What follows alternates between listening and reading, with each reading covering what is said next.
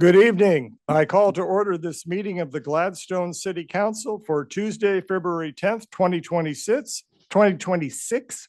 It is 6:30 p.m. The City of Gladstone is abiding by guidelines set forth in House Bill 2560, which requires the governing body of the public body, to the extent reasonably possible, to make all meetings accessible remotely through technological means and provide opportunity for members of the general public to remotely submit oral and written testimony during meetings to the extent in-person oral and written testimony is allowed. Therefore, this meeting will be open to the public both in person and virtually using the Zoom platform. The Zoom instructions are in the agenda to the meeting. If members of the public would like to comment on an agenda item, either virtually or in person, they were to have emailed their comments or their request to speak to the city recorder prior to noon today. Excuse me. Individuals attending in person may submit a speaker card to the city recorder at the beginning of the meeting, and comments are limited to 3 minutes.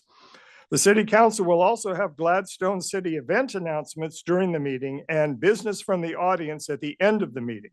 To speak during either time, virtually or in person, again, you were to email the city recorder prior to noon today, or with your name, topic of discussion, and city of residence, and individuals attending in person may submit a speaker card to the city recorder at the beginning of the meeting. Comments, again, are limited to 3 minutes. Tammy, will you call the roll, please? Counselor Huckabee. Present. Counselor Mitchell. Present. Counselor Blau. Present. Counselor Labonte. Virtual and present. Thank you. Counselor Farley. Present. Counselor Garlington. Mayor Milch. I'm here. Counselor Garlington indicated she was visiting a friend who was in need of a visit, and she might be a little late depending on how good traffic is. So I'm hopeful we'll see her very soon. Let's stand for the flag salute, please. Ready, begin. I pledge allegiance to the flag of the United States of America and to the republic for which it stands, one nation, under God, indivisible, with liberty and justice for all.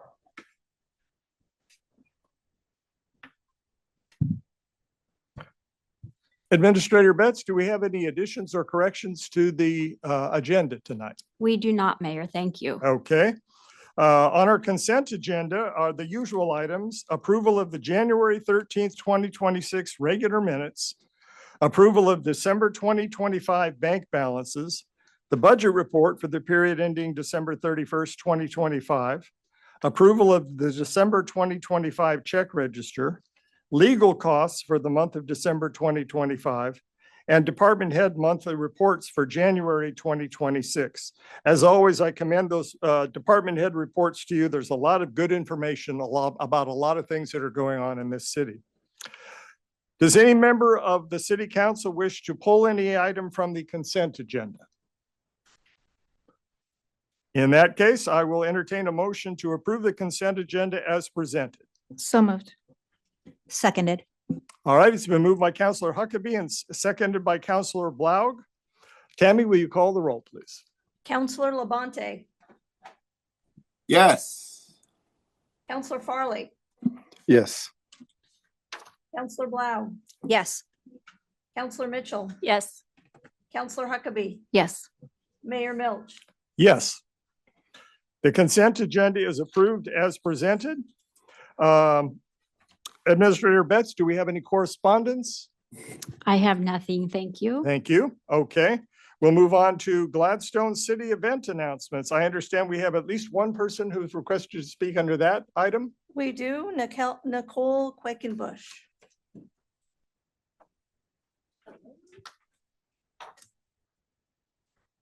Welcome, Nicole. You know how to use the button. Very good. Yes, thank you. And sorry I haven't been here the last couple months. It's difficult asking for childcare from grandparents. Anyway, okay, 3 minutes. Is that right? Okay. Good evening, Mayor and councilors. For the record, my name is Nicole Quackenbush, and I serve as Vice Chair of the Gladstone School Board. I'm here tonight wearing my school board hat, but also as a Gladstone parent and community member who deeply cares about the future of this city. Over the past several weeks, there's been a lot of conversation in our community, online and in meetings and in one-on-one conversations about the future of the school district, district property, and how we maintain local control in a very challenging financial environment. While not all of those conversations have been easy, I want to say this clearly. The level of engagement tells me that people care deeply about Gladstone and its schools. There's been a lot of conversation happening across our community lately, which tells me people care deeply about Gladstone and its schools. My hope is that we can continue those conversations in shared spaces where everyone has access to the same information, can ask questions directly, and can engage thoughtfully with one another. I want to invite both the City Council and the broader community to two important upcoming opportunities to engage directly and constructively.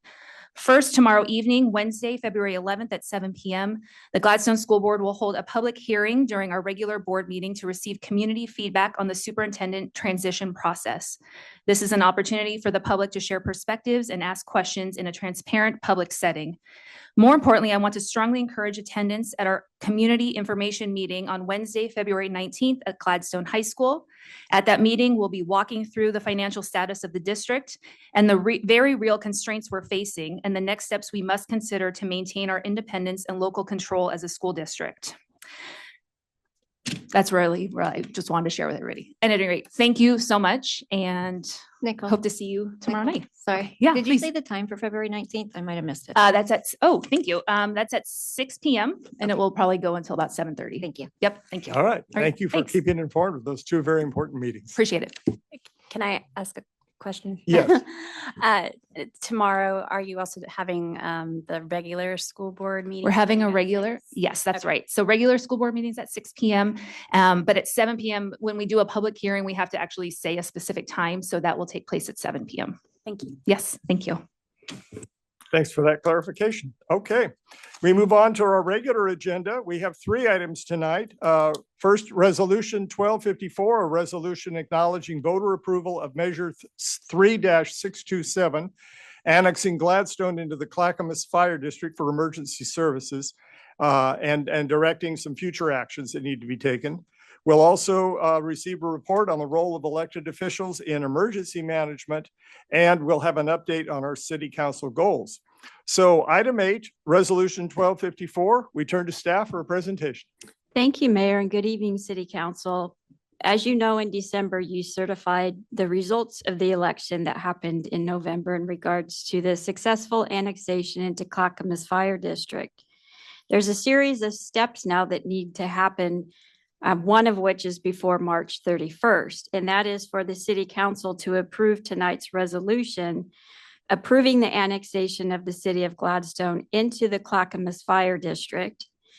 And also attached to that resolution is two exhibits. One is the legal description, which is all of the City of Gladstone, and then a map that will be filed with the Board of County Commissioners and the Department of Revenue. So if the council approves that resolution tonight, then the next step would be that the Clackamas Fire District would receive that at their February 23rd meeting. And I believe we are scheduled to go before the Board of County Commissioners on in March. Before, I think it's March 13th is the date that we have there. So what you have, City Attorney Jacob's office prepared the resolution. This meets all the ORS requirements that we need for the City Council to approve. We are still waiting for the pre-approval from the Department of Revenue on the maps. We actually sent them 8 GIS shape files, which are not included in your packet. So they are reviewing that. And like I mentioned, this is just the first of several steps that we will be coming back to you in the next couple of months to make this annexation complete. All right, do any city councilors have questions or comments regarding the resolution? I will say, I've seen descriptions in urban renewal agency or boundary definitions that are pages and pages long, 150 steps due north of such and such and the intersection of this and that. To be able to include just a map, and as you indicated, a lot of supporting data with it, certainly simplifies that process. So I appreciate that it's that straightforward. The city limits of Gladstone are the boundary of the area to be annexed in. We were pleased as well Yeah. that we did not have to try to get a formal legal description of the boundaries. Yes. Okay. Anything else? Would someone like to make a motion to approve the resolution? So moved. Do I need to read this? Or somebody needs to read it? Oh, you can go ahead and read what's Read on 8-2 near the bottom of the page.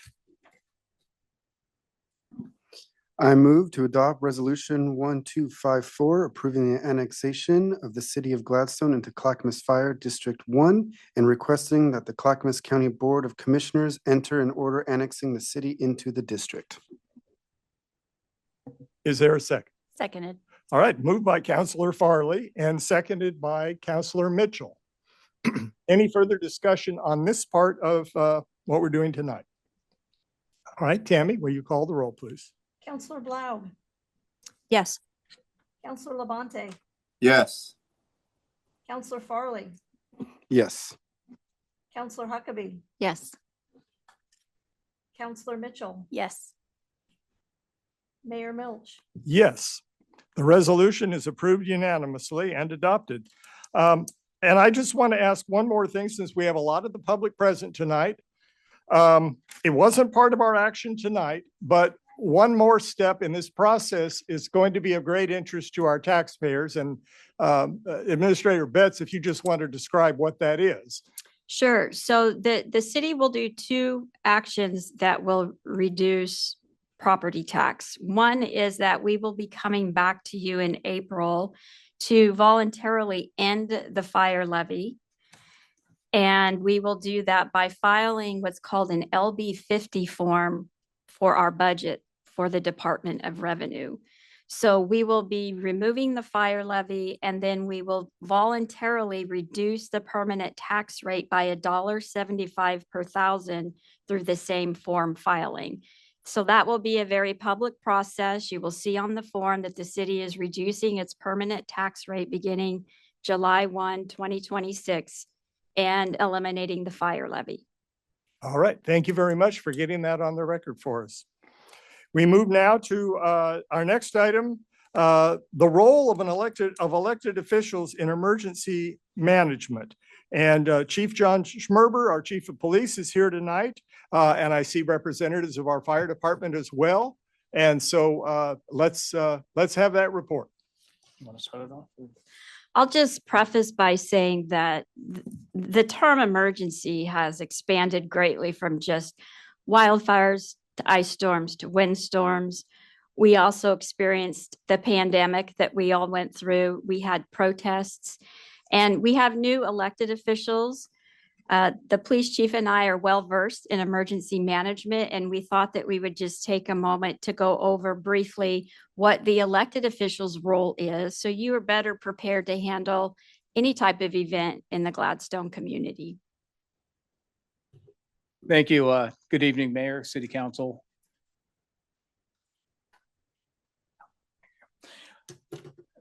Thank you for this opportunity, and I'm grateful. There's a bunch of people out here, community members out here listening to this, because this is how the city will typically, how we've operated over the last at least 7 years since I've been here. This is truly a team concept. It is your city employees working along with elected officials, and to be cohesive, it needs to be a team. And part of that, I'm going to skip down here to the next slide. First thing we wanted to let you look at is the emergency management flow chart and the incident command. And especially specifically off to that side is the policy group, which is elected officials and city administrator. That's really where, if things run properly, effectively and efficiently, we all stay in our lanes to do that. And I'll explain that further, what I mean by that. But as you go through, you can see there's a lot of different areas in there. Incident command's typically unified because Public Works is always involved. law enforcement's involved, the city administrator is constantly involved because she needs to be updated, and Clackamas Fire Liaison will be there if needed. And we have those guarantees from Clackamas Fires. And then resources go down to the EOC, and we'll cover pretty much all this as we go through the slideshow. And Administrator Betts, feel free to jump in if I'm missing something.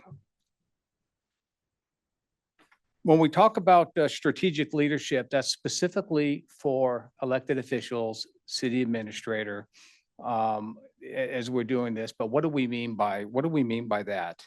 When we look at strategic leadership, it's the ability to anticipate and envision and maintain flexibility in any type of event, right?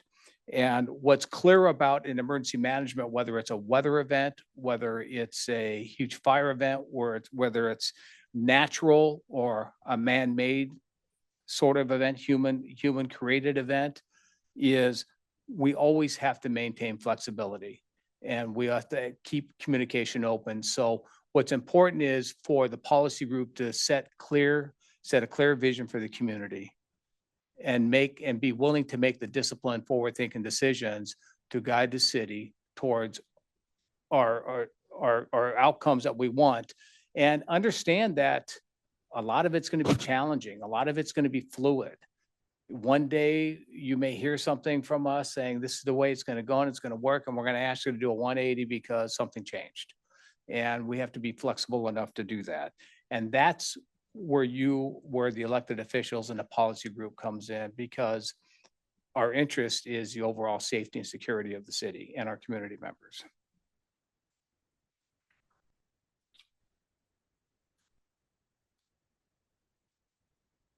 What's your authority as elected officials? You have that up there. A lot of it's going to be, and Administrator Betts, you can jump in, but there's got to be a formal declaration of emergency if we go that route. And Administrator Betts, if you want to talk more about that. Yeah, so basically, let's say, and this happened to us a few years ago, 2019, maybe, we had the ice storm, and the city needed to declare an emergency through a resolution in order for us to recover financially, because the state had also declared an emergency to do that. So if we have power, we convene a meeting as quickly as we can. We draft a resolution. We get the elected officials together. If we can do it online, we do that. But declaring a local state of emergency oftentimes is one of the biggest requirements of the elected officials. Sometimes, though, there are emergencies where there is no state of emergency filed with the state, so we will not do that. We typically follow what our neighboring cities are doing and what the state is doing as well. It's really difficult because we're in a small community and elected officials want to jump in and help with the operations. And we want you to do that where it's appropriate. And I think, as you'll find through this presentation, that's when we get more down to the community center of where the elected officials can be present and helping there. But from a policy standpoint, you have to declare a state of emergency. You authorize emergency expenditures. There are oftentimes ORS that allow us to bypass procurement processes in the state of emergency if we need to get some kind of contracting services here in an expedited time. Also, you approve the mutual aid agreements with our neighboring cities. Right now, we have a standing IGA that's a stranded workers IGA. So if we have employees that live in Oregon City, but they can't get to Gladstone, they can work in Oregon City, and vice versa. If there are employees in Gladstone, or if there are residents in Gladstone that work in Oregon City, we can share those responsibilities. And so you have those policies in place.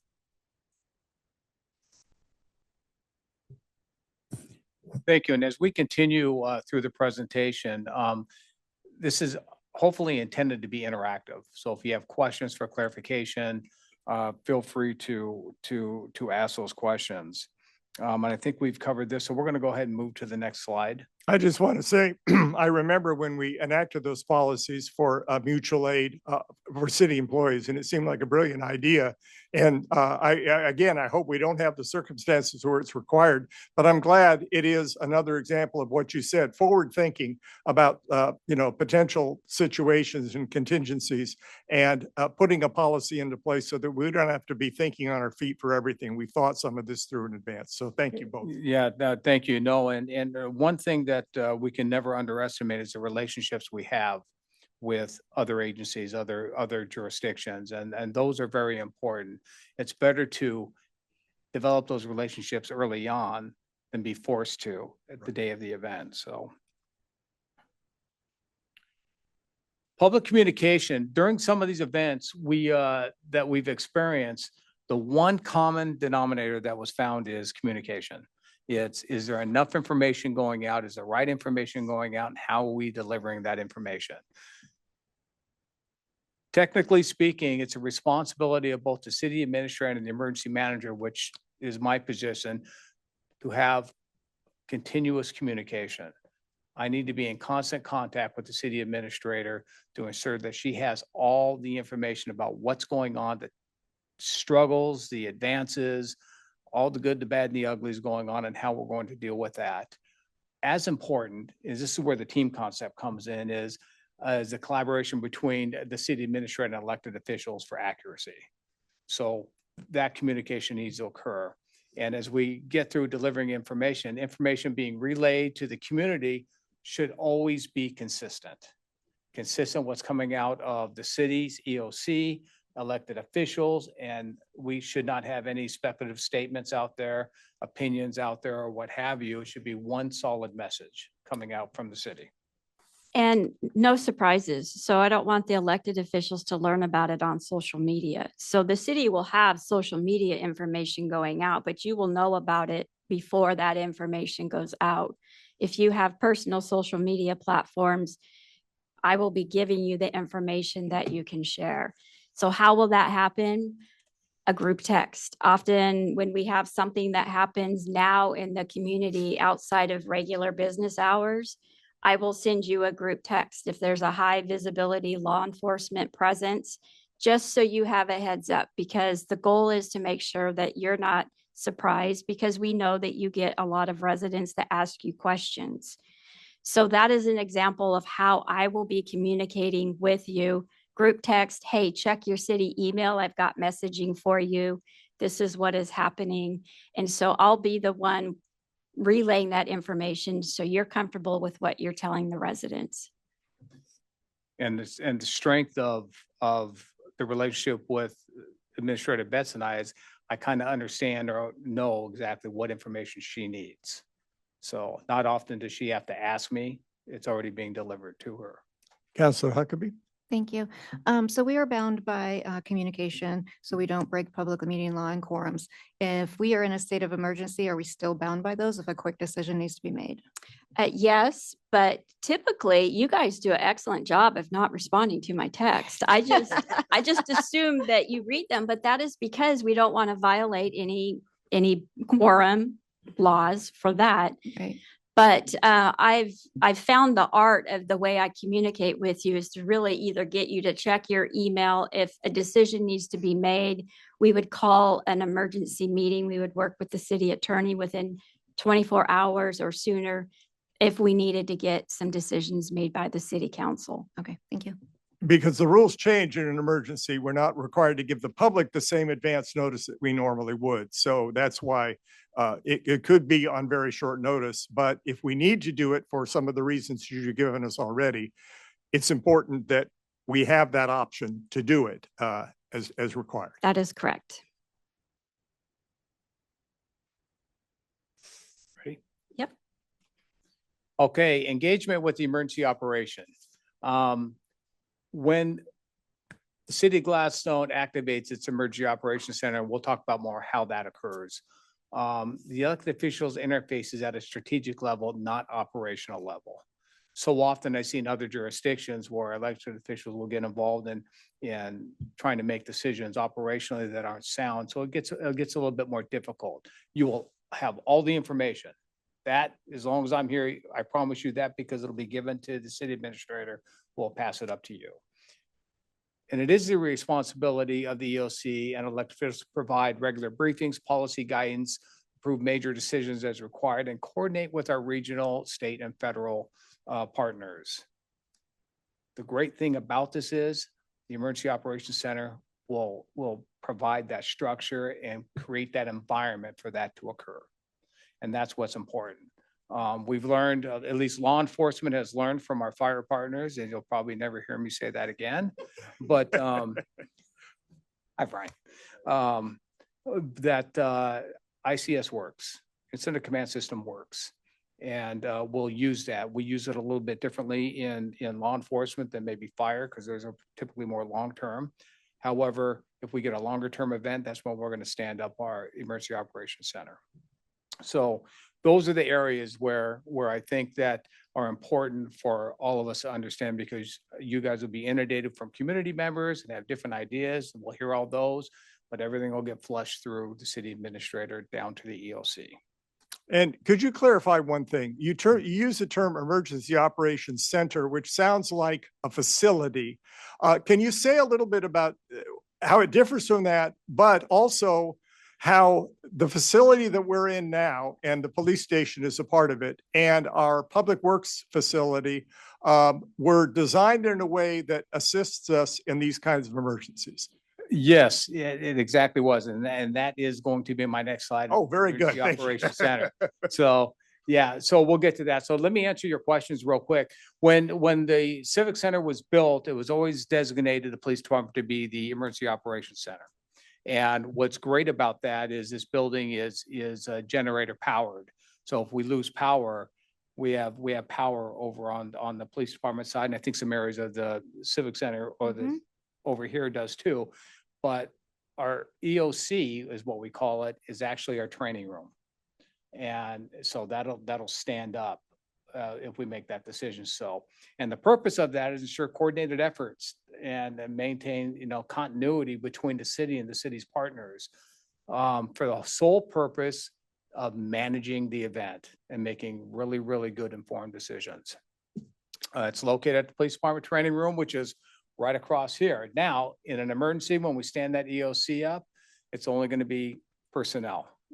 We can't have community members in the EOC, but we have options to make sure the community is made aware of what's going on in the emergency and up to date. We already had that built in because we've learned from the past.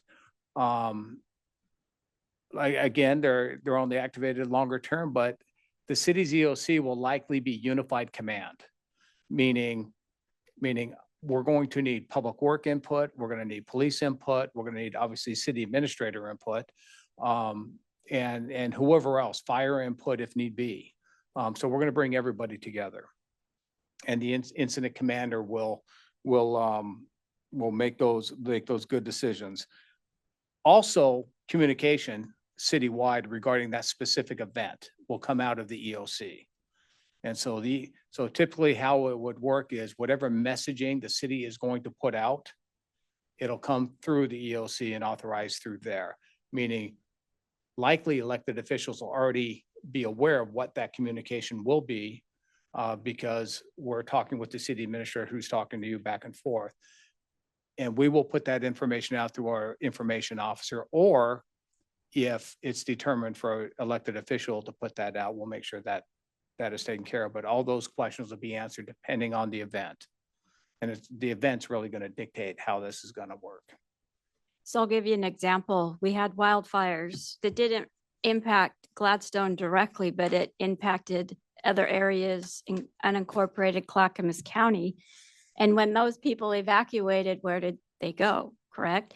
So when we're in the Emergency Operations Center, trying to strategize, we know we've got the Seventh-day Adventist property. We contact them. Can we have people locate there?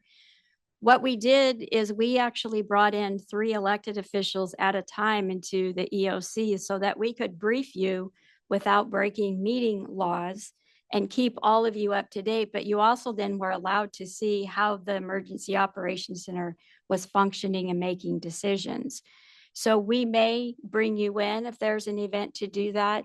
If there's some kind of high profile event, God forbid, a shooting at a school, we would bring the mayor in to get him ready for a press conference. All of that would probably happen out of the council chambers here for that.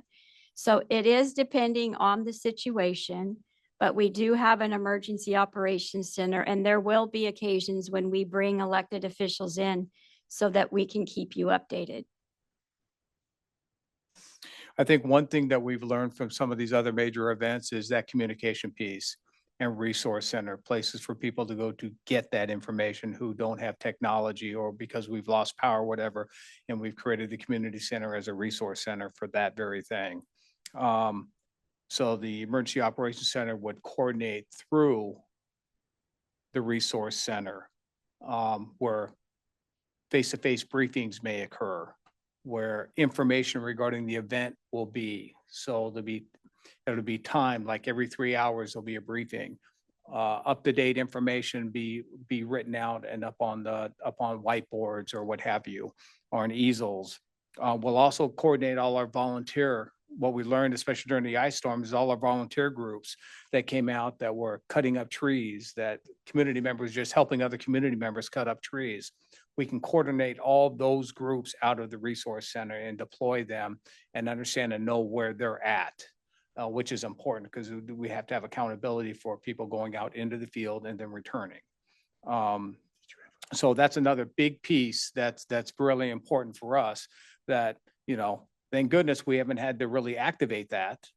I'd prefer not to, but at least we're ready for it. And the community center itself, with their volunteers that they currently have, they're ready to go. We're ready to activate that at any moment if need be. Now, and I say all this and it sounds all great and everything, but we all know there's going to be hiccups, right? In any emergency. So patience is going to be the key. So I think Councilor Blau has a question. Yeah, so I'm assuming that unless we're called in, we should basically stay put. That is correct. Great, okay, thank you. But there could be a conversation between you and I and say, hey, go check on your neighbors. It could be that simple, but yes, stay put unless you're called in, and just know that we're going to be providing you information. And there may be a time where Administrator Betts may say, elected officials are best used at the resource center. You know, but we'll share that. In closing, how does this work? And just to summarize everything, the city administrator, emergency manager, and department heads will all have a conversation either via telephone, face-to-face, what have you, to determine the initial response. If we decide that standing up to EOC is appropriate, we'll do that. And here, the bullet points are exactly what we're going to be looking for. We're going to identify the severity of the problem, overall goals, safety and security of the community, initial needs and stabilization of the community, resources needed to achieve identified goals. EOC's already stood up, and the city administrator will then brief elected officials. So you'll hear from Administrator Betts as kind of what our first thoughts, our initial response will be. So in short, that's kind of it. And I'm happy to answer any questions you may have. Councilor Garlington, I see your line. I was just wondering, how does the school tie into this? If there's an emergency at the school, this starts right there? Well, Okay. it depends. Okay. Okay, I'm gonna use Chad's term. Chad's terms, and Chad's smiling right now, even though you can't see him. It depends. The event will dictate a response from us. If there's a threat at the schools, there's going to be, the EOC would not be stood up until we're initially dealing with that threat. So, because all personnel will be going to the school, and then we'll back it out from there and slow it down once everything's secure. And then there's got to be coordination between the superintendent and I, because if I give in information to the elected officials that the school district board doesn't get, I mean, it's a balancing act to make sure that we're all coordinated if it is a school event. And typically, if it is a school event, it's longer term, we will have a liaison from the school district in there, because we're going to need one. Counselor Huckabee. Thank you. So as far as disseminating information to our community members, I know there are systems like Flash Alert, for instance. Do we have access to that or a similar? We have Um, access to Flash Alert, yes. Okay, and a city can do that or a police Yes. department can do that? Excellent, thank you. Yeah, I don't know, just real quickly, if you all recall, just a week or so ago, there was a explosion in Canby.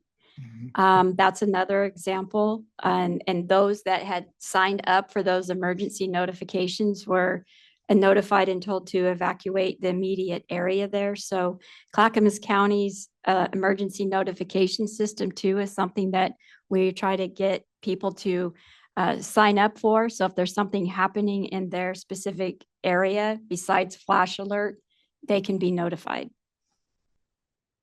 Counselor Farley. This is a little bit more of a comment, but I just wanted to state that I really appreciate this command structure here. I think this flows really well. And I think some of my fellow veterans might remember this term, but slow is smooth and smooth is fast. And that's what I'm seeing when I look at this. If everyone just takes a breath when we do have an emergency, follows the structure, I see a really fast response. So I just want to say I really appreciate what I'm seeing here. Thank you. All right. Any more comments? This is the part of the job we hope that we'll never have to put this into play, but we know the value of having thought it through in advance and being prepared. So we appreciate the update. Some of us are fairly new to this, and it's been some time since we've had to use this system, but we want to be able to do it without any hiccups, and grateful to you for presenting for us tonight. Thank you.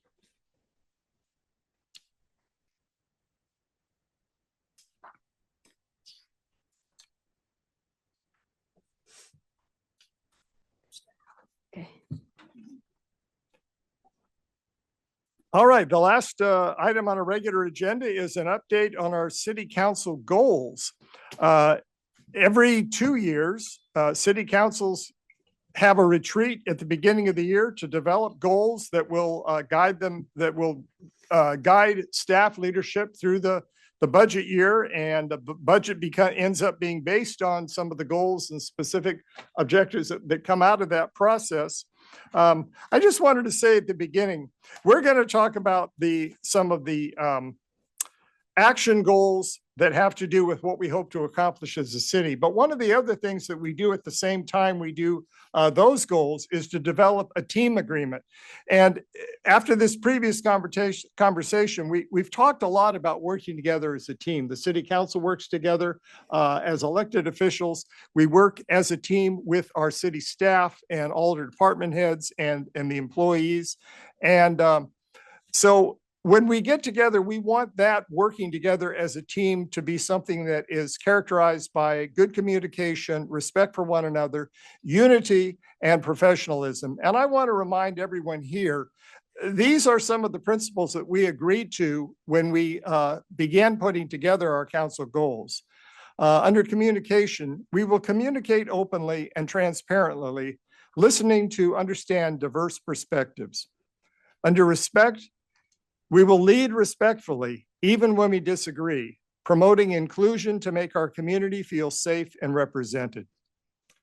Unity, we will act as one team, supporting each other to serve the community and give Gladstone our best. And professionalism, we will come prepared to meetings, stay focused on the issues, make timely decisions, ask questions, and be clear and fair. And I'm reading this from a laminated list of these goals that we have right up here on the dais each night that we meet, that just reminds us of that. But when we stray from them occasionally, I do hear from constituents who say, hey, that wasn't a very respectful thing that someone said, or you don't seem to be acting in unity right now. And so we welcome that feedback, and I hope we learn from it. And I hope that we will continue to abide by this agreement moving forward. But tonight we're here to listen to more of the tangible goals of the city council and to get that update that we get about every 6 months. So Administrator Betts, I'll turn it over to you. Yeah, thank you, Mayor. And I think the most important thing for the residents to understand is that we do have goals. We just don't make decisions based on what we think is best for the community. And 2 years ago, the city council did adopt some goals, and they focus around economic development, primarily on the Portland Avenue redevelopment area. We continue to invest in our infrastructure. We want to improve our communications and belonging. Parks, we are emphasizing a lot of work in our parks, and then public safety. People live in Gladstone because they feel safe. So what we do from a management perspective is we give the council detailed summaries of what we've been working on.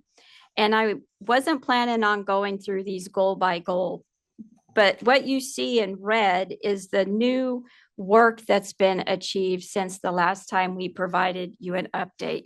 So the department head responsible for implementing this goal will put in some updates and work with me, and we'll summarize it to you. And what we really find when we put this together is how much progress is being made in Gladstone. And sometimes you don't see that because a lot of the work is underneath the ground that we're working on, or we're engineering and designing plans that haven't come to fruition yet. But clearly, I think I'm feeling very confident with all of the goals and us being able to continue to make progress through the end of 2026. If there was one that I could call out that I am concerned about, it has to do under public safety, and that is with the High Rocks River Rescue Program. And I know that the council has been updated that there is no longer funding for that to continue.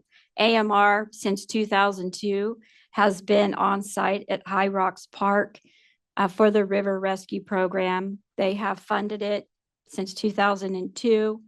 And we actually had a meeting today with Clackamas County Public Health, AMR, myself, and Oregon City. And it is very difficult to find revenue to sustain this program. So AMR's made it very clear they are not planning to be here in May.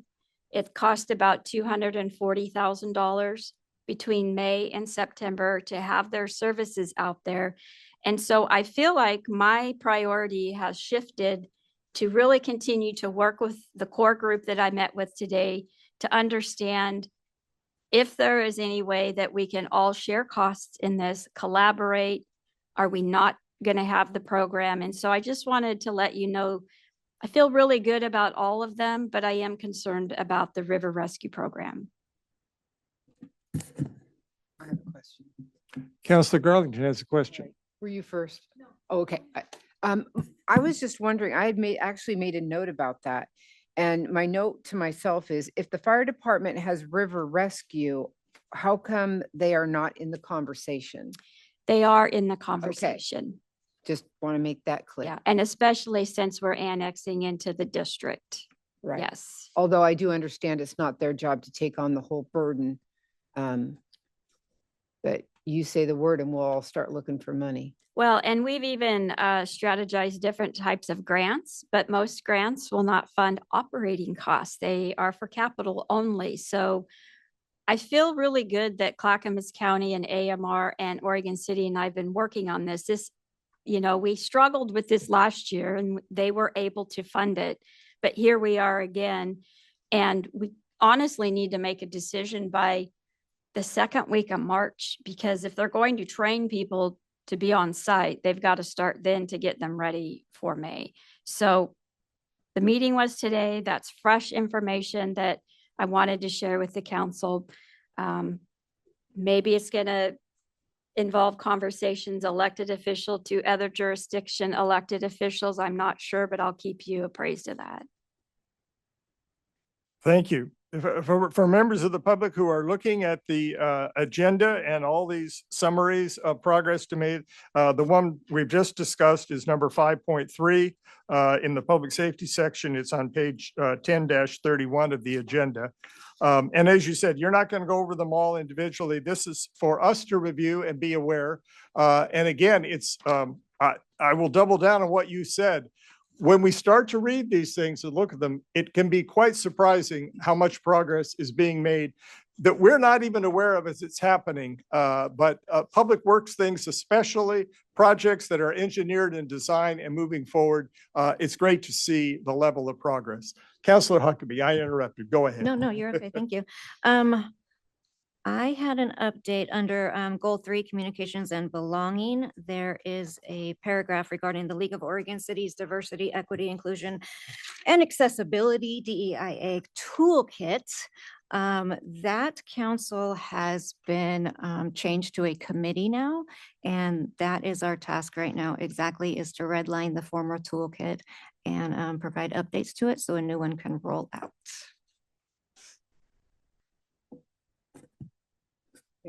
All right, and that's part of 3.1 on bottom of page 10-16 and 17. Okay, Councillor Garlington. That's also been moved to a quarterly meeting. Yeah. My question is on 1034. Just a comment that I noticed there was some legislation coming out on e-bikes, and I'm sure you're following it. There's no doubt in my mind. Everything, of course, is moving really fast, but that's kind of an interesting thing I never thought I'd see come up, but it's obviously important to a lot of different small cities in Oregon. So maybe we just fly on the coattails and see what happens. Yeah, so I've done some research on the, actually Jackie provided me some information, so I was able to do some Thank you. research. So, on what the state is doing in state parks with regards to e-bikes.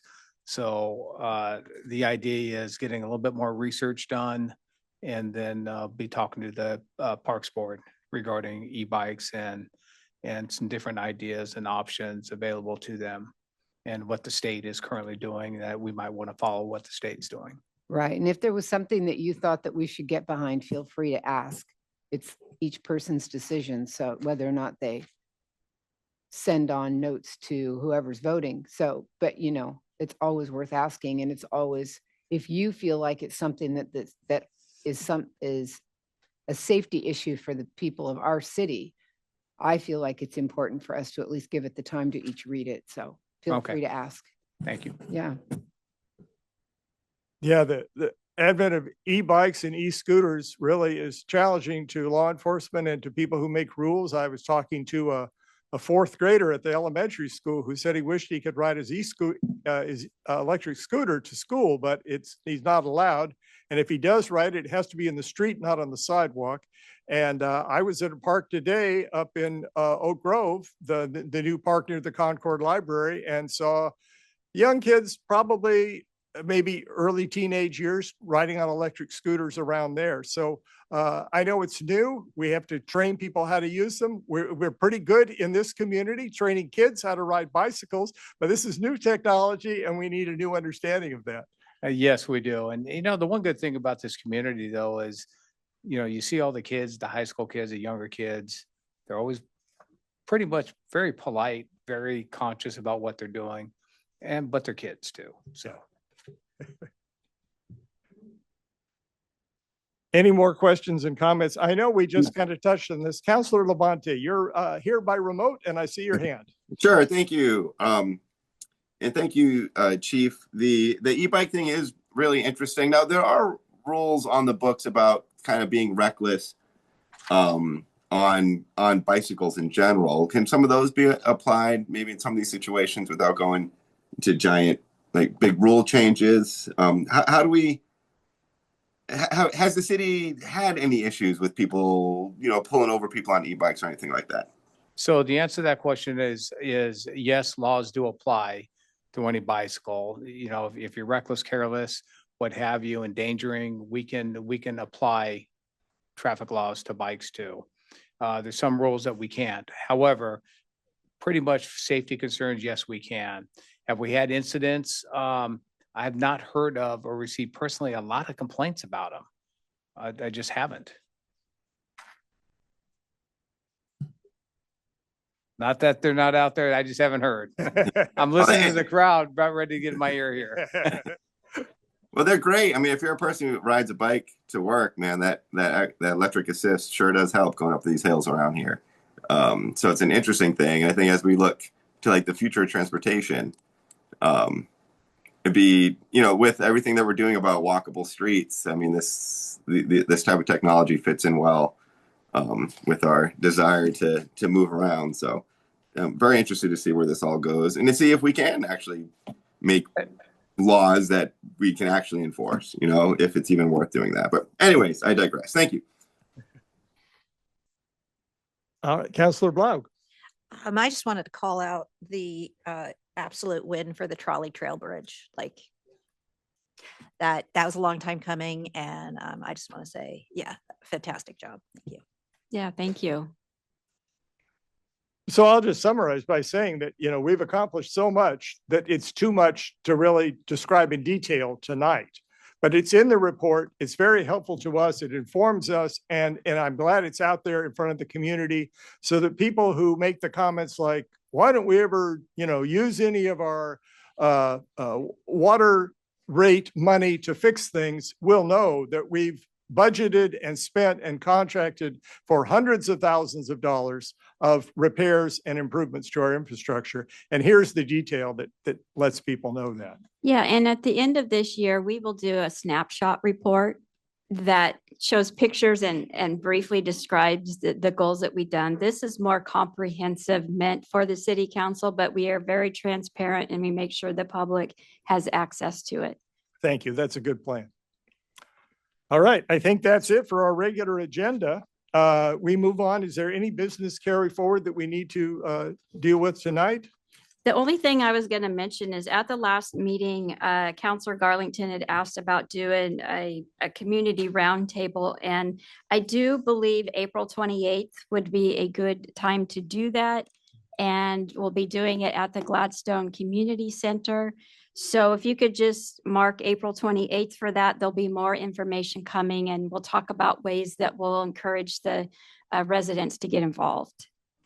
And remind me, is that a Tuesday, a regular Yes. work session night? That will be in lieu of your work session. Okay. And we'll have it in a different atmosphere. Thank you very much. Good, quick follow-up to a suggestion, so I appreciate it. All right, next we have business from the audience. Tammy, has there been anyone who's requested to speak from the audience on any topic tonight? We do. It's Tony Perry. All right. I should like to pass this out. Take one and pass it out. There we go. Welcome. You know how to work the microphone too. Very A few good. times, yeah. Mayor and councilors, thank you. I am Tony Perry. I am a resident of the Walter Park neighborhood, and I represent the majority of residents on Windsor and Manor Drive. Some whom are in the audience this evening, raise your hand. We have many concerns regarding the placement of an adult foster home at 1230 Windsor Drive. But this evening, we're really here to address the licensing requirements of this prospective home occupied business. In that vein, there've recently been a lot of updates to ORSs, as well as some introduction of House bills, most famously House Bill 2005, regarding the zoning of adult foster homes. And during our research of this and having spoken to a lot of people, we've discovered that some of these laws and House bills seem to be misinterpreted or not really well understood. I just want to be very clear about what Oregon law requires and what it does not require with respect to adult foster homes in Gladstone. State law prevents the city from zoning adult foster homes out of residential areas. It does not, however, grant an automatic right to operate an adult foster home at any residential property without complying with local municipal codes. Zoning permission is not the same as approval to operate. The city of Gladstone retains its full authority to enforce its generally applicable municipal regulations, including business licensing requirements, home occupation standards, and building and life safety codes. These requirements apply to all compensated activities conducted from a residence unless the city has explicitly exempted them. Adult foster homes are not exempt under Gladstone's home occupancy code. Accordingly, an adult foster home may be allowed in a residential zone in principle, but it is not automatically permitted. It must first meet the city's licensing and permitting requirements. If it cannot meet those requirements, the city may lawfully prohibit operation at that location. This is not zoning discrimination. It is not neighborhood exclusion. It is the routine enforcement of neutral municipal code provisions that apply citywide. State zoning protections ensure that adult foster homes are allowed in residential zones, but they do not remove the city's responsibility to apply its generally applicable permitting and licensing requirements in a consistent and lawful manner. We wish to have the opportunity, those of us in our neighborhood, to present our other concerns as well. And on the record, we will be requesting perhaps some time to do that at the city council meeting in March. And thank you. Thank you very much for clarifying some of those distinctions on some of those issues for us. That's helpful information going forward as we work more on this. Yes, and I did provide some of that information, and I hope you have some time to I review it. think we got it. Yes. Thank you. Thanks very much, Tony.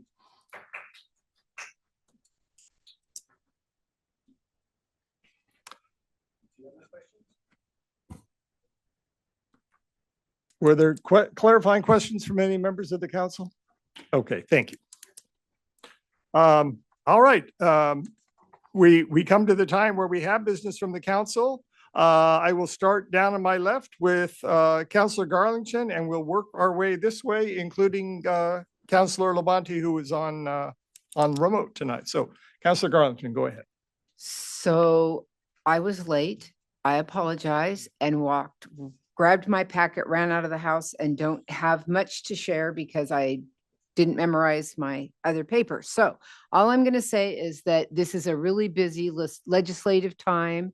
We're all following that very closely, and all of the items that the state is talking about. There's lots of meetings, lots of paperwork to read and things like that. And we're all really busy hoping that we can do the best that we can from Gladstone to Salem. So I'm sure there's something I'm missing that we did, and we had a really good time, and so happy to see the people in our neighborhoods, but can't remember what it is. Have a great night. Councillor Farley.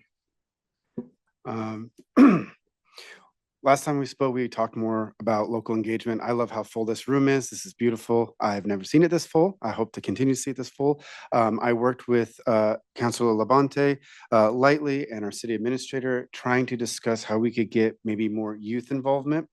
Being that I am an educator, I have a little bit more understanding of how to work with schools. And so Councilor Labonte and I, on our own meeting and then separately with city administrator, discuss ways that we might be able to tether ourselves lightly to Gladstone High School to try to see if we can encourage a little bit more from the school council and maybe the speech and debate clubs to start interacting with us more on a extra credit way, perhaps something like them coming to some of our meetings, writing essays on what they liked about the meeting, what they didn't like about the meeting, what they found interesting, what they found boring, and why.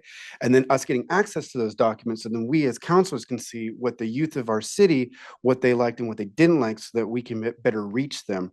This is going to be an ongoing plan. I know it's been worked on in the past before my time. I'm hoping that maybe I might be a little bit of a missing ingredient to help further that goal. But I hope to keep you guys posted as we go forward. Thank you. I'll offer one word of warning. Be careful what you wish for. And secondly, though, that you are occupying the seat once held by another council member who felt very strongly about the same issue. And so I'm glad that you and our council member who also serves on the school board are thinking in these directions. We want to connect with all people in the community and include everyone. And that it's great that you're thinking in that direction. So for a brand new counselor to take this step is very commendable. Councilor Labonte, you're with us by remote. Go ahead. Sure. Thank you. And thank you, Councilor Farley. It was an interesting meeting. I really appreciated your time. And yeah, the more kids we get involved, the better, especially with, well, I guess with my updates that I have here. I do want to mention, I want to thank Nicole Quackenbush for her 3 minutes tonight and her passion behind what's happening with our schools. man, I love these conversations. I love the different vantage points that people have about our schools and the future of our schools. So I encourage you to participate with some of those bond conversations and kind of these some out of the box ideas about how do we keep Gladstone a school district? Should we keep Gladstone a school district? How can we be financially solvent for a long time? So fascinating questions. But just briefly to mention the old library site, we've got, and I'm sure Jackie can talk more about, we've got 2 great bids in on the future of our old library site. And in so many ways, they speak to 2 different visions of Gladstone or of planning. And they're fascinating bids, and the dynamic is fascinating. I feel privileged to be part of that. And I very much look forward to our meeting, which I believe is this Thursday, with the Blue Ribbon Committee to kind of figure out what way we're going with the library. So of course, we're very interested in your thoughts on that. These are wildly impactful. I do want to mention, as I'm thinking about impactful, the school is considering the potential sale of a couple properties, one of which is between John Wetton and Max Patterson. So I think it's good for the community to be mindful of that being out there and being considered. Otherwise, Jackie, I want to thank you for all your hard work. I love all the red ink in this report. The cities were really doing things, and all the folks working so hard. And to the counselors for showing up, going to all your committee meetings, and just putting your heart like first, front and center. So, yep, I love you guys. Thank you very much. Thank you, Counselor. Yes, red ink is something we don't want to see in a budget report, but we really like seeing it in a goals accomplishment report. So thank you for mentioning that. Counselor Blau. Let's see. This is Black History Month. We had an amazing talk at our community center on 450 years of Black history in Oregon, which was amazing, through the Black Pioneers History Group. And always good if you have a chance to go see something from them. The speaker's amazing. I also work on Metro's Future Vision Committee, which is setting sort of high-level goals for the next 50 years for the Metro area. And we are currently working on our outreach plan. And after this month, this Thursday, we will have more of a plan, and we'll be rolling that out to get community input for what do you think the Portland metro area should look like going forward. And then last night we had the Metro Natures and Neighborhood Grants workshop here, and that was fascinating. There are quite a few Gladstone projects that made their way forward. They are now going to be designed and sort of built out in, with graphics and all the things that would tell you about the project. And then we need voting because this is a community-driven grant process, and people get to vote on their favorites. So I will probably announce that again going forward. And that is all I have. Thank you. Councilor Mitchell. I just also want to reiterate that February is Black History Month. And then also Lunar New Year is February 17th coming up. And I also want to share that event I heard about. Clackamas Community College at their Harmony campus is having a Black Excellence panel on February 25th at 11 a.m. to 1 p.m. It's going to be a conversation that redefines Black excellence as an intentional everyday practice. Thank you. Thank you. Councilor Huckabee. Thank you.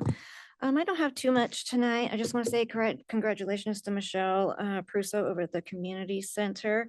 We have recently initiated teen takeovers, which is the second and fourth Saturdays of the month. The first one was held on January 10th and we had 9 kids attend. And then the second was on January 24th and we doubled the number with 20.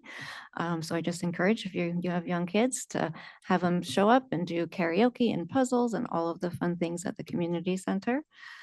Let's see. All I have is, just a reminder that there's a lot going on in this world and it's harsh right now.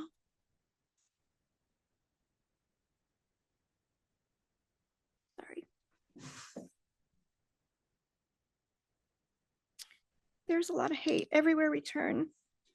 And our family and our friends and our community are where we can find reprieve from that.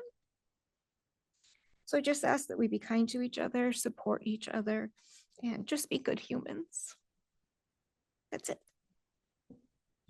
Thank you. I want to mention in connection with the neighborhood Nature and Neighborhood Community Choice Grants program, the workshop last night.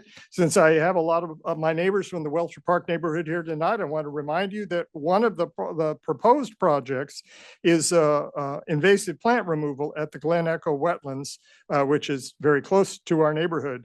Not necessarily turning that into a park or anything of that nature, but just, again, recognition that this is an area that has not perhaps been given the attention it needs, and that some of these resources might help there. Plus a lot of other good projects around our community to shade certain areas, to provide habitat restoration in other areas, and to give access to some of our rivers.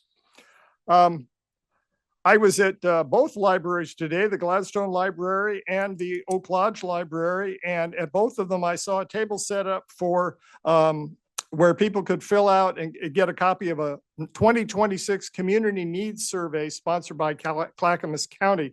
The role of the county and the role of the city in government is quite a bit different, and our county really provides services that the cities don't. The 3H department, Health, Housing, and Human Services at Clackamas County is about an 800 employee department. It provides a lot of help to people who need physical health, mental health, medical help, housing assistance, and a lot of other services. And they are conducting a survey to really find out what people's needs are and how they can help. So if you get to a library, that's something you might want to grab. There's a way to do it online as well. I will double down on what was said before. Nicole Quackenbush has presented a very good report tonight. The GLAD report, which comes out from our school district and it's mailed to most residents, is another good way to find good, solid, accurate information about the roadmap to go forward and tackle some of these challenges that the school district is facing. So I hope you'll read that. If you'll notice, you may notice that in the next few weeks, I will be going through this withdrawal that comes at the end of football season for me every year. As a football fan, the Super Bowl is the end of things. At least for me, I got to celebrate the win of a regional team, so it was exciting to see. But one of the other things that came out of that experience of watching that event, last month, we had a really good presentation at our work session from Portland General Electric about all that they're doing to really provide resiliency and expansion of our important electrical system. And I went last week to the Lunch and Learn program at our community center, where a representative PGE was there to help people who could sign up right there for rate assistance if they income qualified for lower rates. And it helped them understand the distinction between that program and the program that sort of balances their monthly rates out, which is another helpful thing to help people who are on fixed income in budget planning. But I will say that I'm from the generation that I've had a hard time appreciating very well the Super Bowl halftime shows. Once they stopped booking the acts whose concerts I went to back in the 70s and 80s, like Bruce Springsteen and the Rolling Stones and the Who. So the last couple of years, I will confess, I don't really get it. But this year I made an effort to learn a little bit more. And if you'll notice during the halftime show, there was part of the show where Bad Bunny and some of the other performers were climbing on what looked like utility poles. And that was a reference to one of his songs, El Apagón, which refers to a period of rolling blackouts on the island of Puerto Rico several years ago following Hurricane Maria. And how people in that community had to take it upon themselves to fix some of their electrical infrastructure. They learned how to wire things together, to plant poles in the ground and use a car's, a tow truck to lift them up. And your own neighborhood had a lot of new poles put in just last year. So you know how difficult that is to do when you have the right equipment. Imagine doing it in a community that just has to rely on its own hands. So I think it's good that that performers and celebrities can call our attention to the need for justice and the need for a better way of serving and helping one another. And I have to say, I'm really grateful to PGE. This week marks the 5th anniversary of the ice storm that created blackouts. And for me and some of my neighbors, we were without power for up to 12 days during that period in February 2021. But as we watched it happen and we watched it unfold and we watched it come back to life, the great thing that we saw was how there was a system in place, just as we talked about earlier with emergency planning, to bring in workers from distant states to come here and help the Oregon and Portland metro area at its time of need. And so I think sometimes we learn to rely on one another, and sometimes we rely on a system that's developed where there are good plans in place to support one another. And that's the great thing about being in a city government that thinks ahead, that plans ahead, that communicates well, and that is committed to doing good work for its people. So we have a planning chart in our agenda tonight for upcoming events. Next, we have a work session on February 24th, and our next regular city council meeting is on March 10th. I believe that's everything. So I will accept a motion to adjourn. So moved. Seconded. All right, it's been moved by Councilor Huckabee and seconded by Councilor Blaug. I want to thank all the staff that participated tonight. Chad, you were quiet, but we know you're there to answer those questions when we need you. And so we appreciate you being here for us. Tammy, will you call the roll, please? Counselor Garlington, Yes. Counselor Farley, Yes. Counselor Labonte, Yeah, sure. Counselor Blau, Yes. Counselor Mitchell, Yes. Counselor Huckabee, Did you want to hang out a little more, Counselor Levante? Sure, whatever. That'd be nice. Kinda. Yes. and Mayor Milch. Yes, we are adjourned at 7:43 p.m. Thank you all for coming tonight.